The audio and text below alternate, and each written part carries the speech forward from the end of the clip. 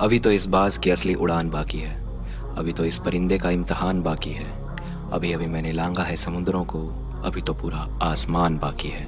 जी हाँ दोस्तों, यह जो कविता मैंने अभी पढ़ी, यह किसी कवि ने नहीं लिखी। यह लिखी है भारत के एक महान इंसान ने, जिसकी ज़िंदगी में दिक्कतों की बौछार रही, पर वह फिर भी हार नहीं मानी। उसने कुछ ऐसा कर दिखाया जो एक साधारण व्यक्ति करने की सोच भी नहीं सकता, और वह तो फिर भी असाधारण थी। असाधारण बचपन से नहीं, पर कुछ हादसों के कारण, जिसकी वजह से वे विकलांग बन गई।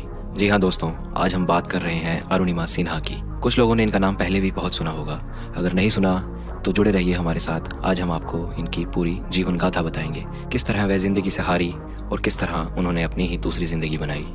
इनका नाम है अरुणिमा सिन्हा, जिनका जन्म यूपी के एक छोटे से शहर अम्बेडकर नगर में हुआ। बचपन से ही यह खेल कूद में बहुत चुस्त थी। इनकी खेल कूद में बचपन से ही बहुत ज़्यादा रुचि थी। यह वॉलीबॉल और फुटबॉल की खिलाड़ी थी और अपने देश के लिए यह वॉलीबॉल में नेशनल भी खेली है।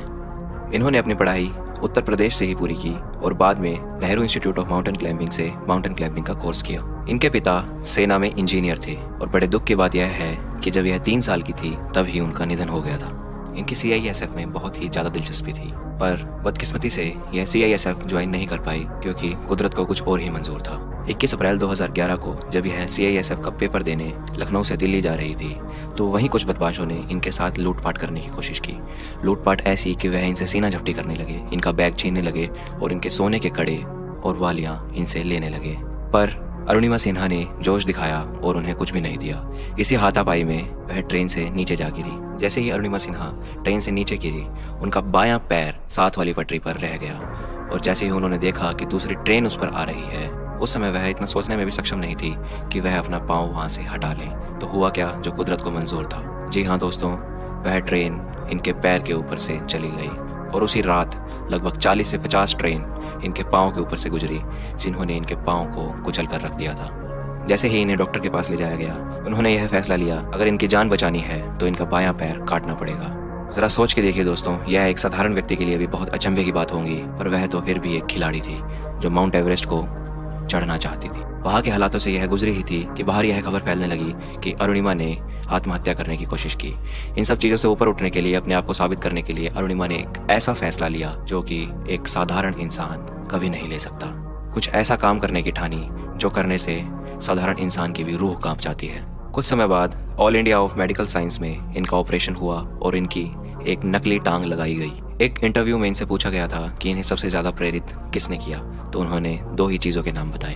पहला TV show to do something और दूसरा युवराज सिंह। जी हाँ दोस्तों, वही युवराज सिंह जो एक बहुत बड़े क्रिकेटर हैं। वे मानती थी कि इतना बड़ा खिलाड़ी जो कैंसर से लड़ सकता है अपने देश के लिए, तो यह भी कुछ ना कुछ कर ही सकती हैं। एक प्रोत्साहन की वजह इनके पास इनका भाई भी था, जिनका नाम था ओम प्रकाश। जैसे ही इन्होंने अपनी नकली टांग का ऑपरेशन करवाया, वे वैसे ही बछेंद्री पाल के पास निकल गई और उनसे ट्रेनिंग लेने लगी। बछेंद्री पाल यह देखकर दंग रह गई थी कि यह सोच भी कैसे सकती है, क्योंकि वहां पर चढ़ना साधारण व्यक्तियों के लिए भी बहुत ही घटनाप्रस्त है। पर फिर भी इन्होंने हिम्मत नहीं हारी। इन्होंने बछेंद्री पाल से अच्छी तरह ट्रेनिंग ली और माउंट एवरेस्ट पर फतह हासिल करी और विश्व में एक नया ही रिकॉर्ड बनाया। इन्होंने मात्र 52 दिनों में माउंट एवरेस्ट पर चढ़ाई कर ली थी।